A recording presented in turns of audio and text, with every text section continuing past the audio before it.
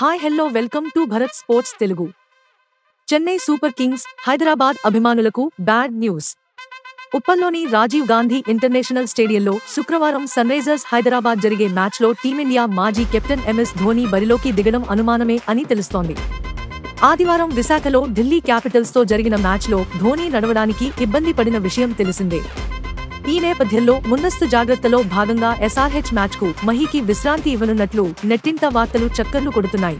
IPL 2023లో మోకాలి గాయంతో ఇబ్బంది పడిన MS ధోనీ టోర్నీ అనంతరం శస్త్రచికిత్స చేయించుకున్నాడు. IPL 2024కు కొన్ని నెలల ముందు ప్రాక్టీస్ మొదలుపెట్టాడు. ఈ సీజన్లో తొలి 2 మ్యాచ్లో ఆడని ధోనీ ఢిల్లీపై చెలరేగాడు.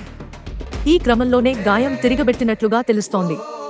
ఒకవేళ విశ్రాంతి ఇవ్వకపోతే గాయం తీవ్రత ఎక్కువై లీగ్ మధ్యలో వైదొలగే అవకాశాలు ఉండడంతో ధోనీకి ఇప్పుడే విశ్రాంతి ఇవ్వాలని భావిస్తున్నారట. అయితే ఈ విషయంపై CSK మేనేజ్మెంట్ ఎలాంటి అధికారిక ప్రకటన చేయలేదు. ఇలాంటి స్పోర్ట్స్ అప్డేట్స్ కోసం like, share, subscribe to Bharat sports Telugu.